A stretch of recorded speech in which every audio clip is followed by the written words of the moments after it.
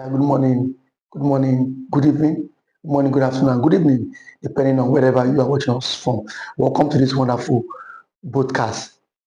The reason that Nigerian government has failed in the extradition process of Simon Ekpa is because there are no tangible evidence that could be placed before the Finnish government. As of yesterday,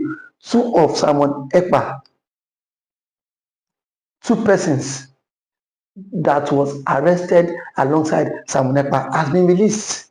Two other persons. Let's not forget that five persons were arrested alongside Simon Ekpa.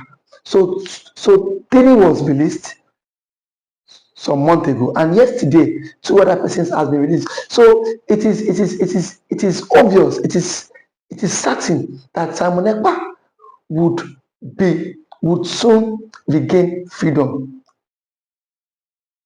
It is obvious because you cannot claim to arrest someone without no evidence to back it up with facts. Ever since Simon Ekpa has been released, there has been killing in the southeast. There has been unrest in the southeast, and still it has not stopped the unrest and the killing in the southeast.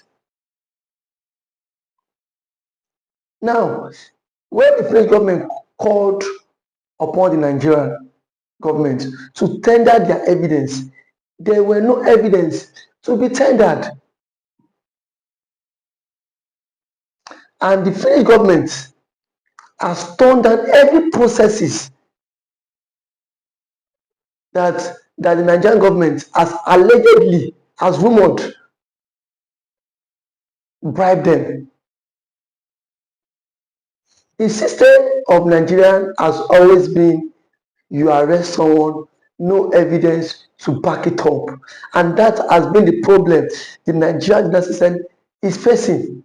Rather, there are rumors that the Nigerian government has allegedly bribed the Finnish government to extradite Simon Ekpa to come and face all the terrorism count charge he has been leveled against. But the Finnish government has said no, such thing will not take place in our own domain. Let us face these allegation charges against Simon Ekpa. The woman, Bianca Ojukwu, that wrote to the Finnish government to arrest Simon Ekpa. Now, where is she now? Where is Bianca? Now that Simon Ekpa is winning the case squarely. Some days ago, the chief of defense staff, Christopher Musa, came out to say that Nigeria has filed all extradition processes, that everything is set and complete to extradite Simon Ekpa. The Finnish government has come out to debunk it and say no, such thing has not happened, and that Nigeria, for one day, has not found any extradition processes, and that Nigerian government is using the back door to lobby them to repatriate Simon Ekpa back to Nigeria, to repatriate a man who has not been found guilty.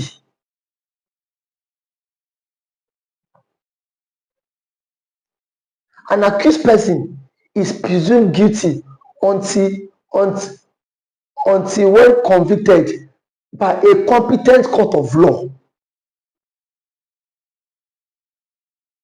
For 4.5 years that the Nigerian judicial system and the Nigerian government has held Mazen Kanu in incarceration, there have been no substantial facts, evidence to nail him. No substantial evidence to nail him. Rather, the Nigerian judicial processes court has freed him. But the But did the Nigerian government obey the court order? The answer is no. So that is the system. You want the Finnish government to hand over Simon Ekpa to you so that you can rubbish him the way you rubbish Mazi in Kanu, despite no court, no evidence against Mazi Kanu. Rather, you are bent on keeping Simon Ekpa. Sorry, you are bent on keeping Mazi Kanu in incarceration just to keep your one Nigeria alive. The truth of the matter is that all the count charges against Simon Ekpa has been dropped by the Finnish government. You've accused him of inciting unrest in the southeast. There's still unrest in the southeast, and they are watching this development. The Finnish government is watching all this. You accused him of sponsoring terrorism in the southeast. Are they not? Is terrorism not still persisting in the southeast? These are the issues the Nigerian government cannot defend on their own. They cannot defend it. You're only quick to come to the media to tell the world all different lies about a man fighting for the interest of his people, about a man agitating for the people who has been oppressed in the one Nigeria. And that is why you've done everything possible to make sure that this man is being dealt with. After using propaganda to arrest him, now you still went as far by lobbying the Finnish government to extradite Simon Ekpa back to Nigeria. For how long do you tend to keep this country called Nigeria? A country that is not united, a country that hatred, enmity thrives. You are keeping the country for your own good, not for the interest of every common person in the country. The Ohanese Indigo, the Igbo leaders, and those in the political space are fighting for the interest of Nigeria just because of their own pockets, not because they love Nigeria so much. Because they know that if Nigeria today divides, the outcome of it is that they cannot get access to Nigerian treasury anymore. That is the only reason why they are fighting everything possible to keep one Nigeria. And they are doing everything possible to take Simon Ekpa and Mazi Kanu off the radar. Knowing fully well that if these men are still on the radar, these men will do everything possible to stop the one Nigeria. That is why they are doing everything possible, going to the World Court, reaching out to ICC, lobbying the Finnish government, that the Finnish government cannot try Simon Ekpa the way they can try him. How do you want to try Simon Ekpa? In a country that there is no law, in a country that the people cannot get justice. It is obvious. It is so obvious that Simon Ekpa would be freed. Five persons were arrested alongside Simon Ekpa. But today, 5 of those men has been released.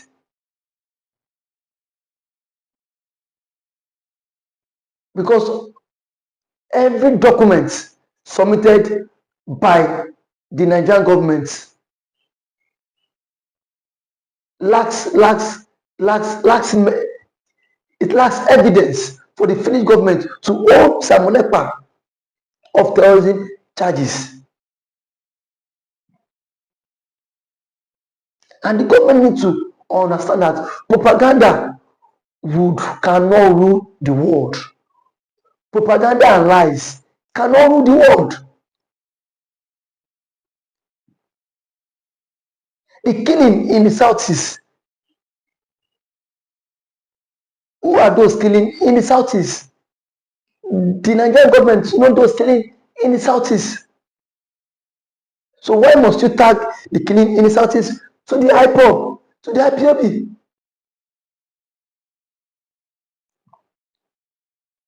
Why must you target the killing in the Southeast, tagging the IPOB as those killing in the Southeast?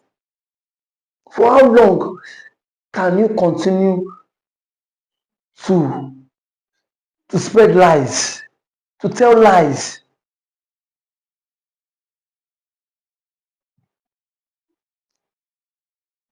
Against an ideology that has come to stay, against a struggle that has been realized. How long? You went to ICC, appeal to them to help you persuade the Finnish government to extradite Simon Ekpa. You've lobbied the Finnish government to extradite Simon Ekpa. What else do you intend to do so as to bring Simon Ekpa back to book? What else does the Nigerian government intend to do?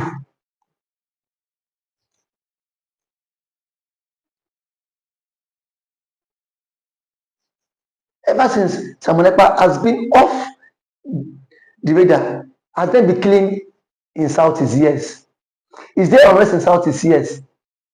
Is there unrest in Nigeria? Yes. So these are the key issues that the Finnish governments are also watching closely to know that what these men said against Simon Ekpa, how true is it?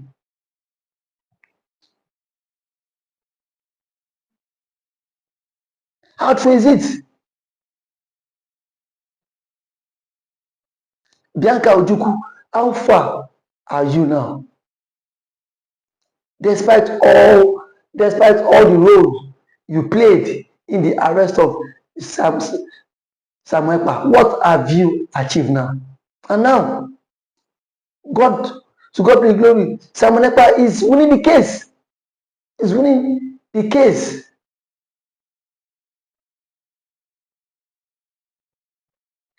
I will say this, that ever since Simon Ekpa has been arrested, the insecurity in Nigeria still persists. The killing in the Southeast still persists. That shows you that Simon Ekpa Njoku is not the cause of the insecurity in Nigeria. That shows you that the problem is beyond Simon Ekpa. The problem are those who are bent on keeping one Nigeria, and that of today, it has boomeranged.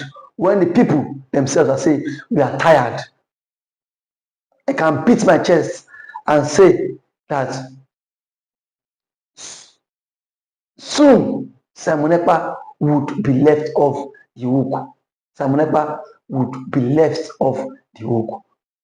Thank you for watching this wonderful podcast. Thank you so much. For that wonderful question, the anchor of this great platform.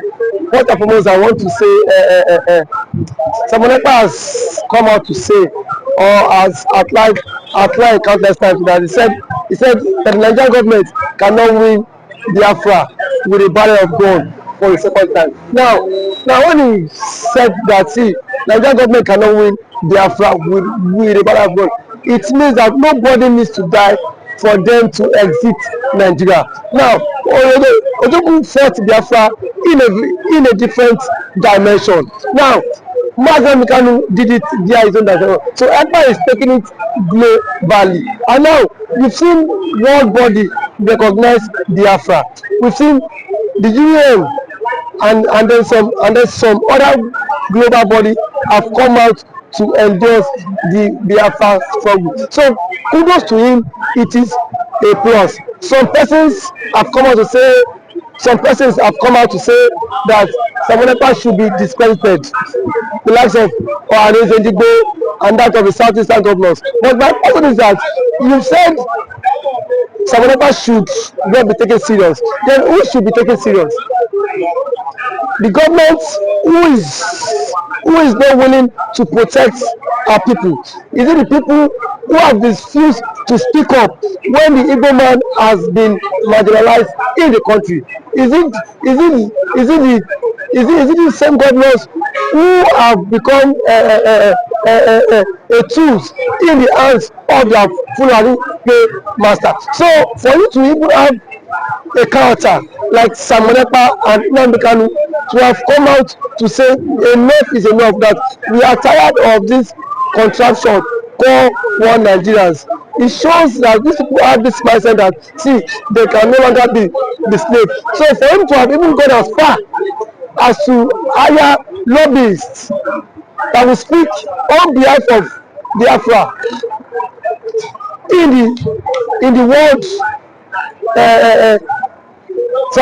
in the UN summit, to me it's a plus, and that alone, the voice of Biafrans will be heard globally, and the voice of an Igbo man is also being heard globally. Now let me take it back the line. When Southern Sudan and South Sudan wanted parted ways, nobody killed each other. Nobody go through the route of violence. It was done amicably. So Simon Ekpa is doing it amicably for him to convince world leaders that this thing is possible, and why the government of the day, the present government of Nigeria, are not seeing it that way. Thank you. You can also to the government, the Nigerian government, be worried about it. Why would they be worried? The same people have sent assassins to kill Simon Ekpa. Now only he has escaped. So see, one thing about it is that the government of the day, they are panicking. There's panic. You know what it is now? Say a particular tribe or a major tribe to exit your country. You know how an Igbo man is. You know the investment of an Igbo man is in the country. Now imagine in Nigeria without an Igbo man. Let's just imagine that. I mean, dominance. That means the Hausa man would now dominate virtually every government parastatals in Nigeria. So now the reason why the Igbo man is still believe that's Nigeria is because the Igbo man is still in the contraption called Nigeria. And eventually, if the Igbo man leaves, my brother, the Yoruba man will know the true meaning of Nigeria, and then we now know who owns Nigeria. Just like what Angobula said, he said they are not scared of the Igbos parting, exiting Nigerians. That was what he said. He said they are not scared. Indirectly, that means the other tribe would not have sense of belonging in the country, and we know it. I know it too. And every normal man now has the spirit of dominance. You cannot dominate him. a Fulani man has a spirit of dominance. For you to dominate him, it will take ages. In terms of population, you cannot dominate them. So one thing is that so Ojukwu foreseen this whole thing. That was why he championed this biafra struggle, and now gradually it is now becoming a reality in this contraction called Nigeria. Now there are some Igbo men are even tired of the system called Nigeria, just because they feel their brother is still in president. Man, my brother, I can bet you, come 2027, the Yorubas will be championing the Republic more than the Igbo man. I can bet you that. That I am very certain of. Yes, we will championing because it is certain when their president, when their brother is being kicked away from the presidency, already there is a plot, and which he himself cannot escape. The president himself knows that there is a plot, and then the big shots in the north are formed alliance. You know it. RFI, a powerful influence in the north, is not in the league. Sorry, is not in good terms with the president. And now nobody can take that factor. What RFI did,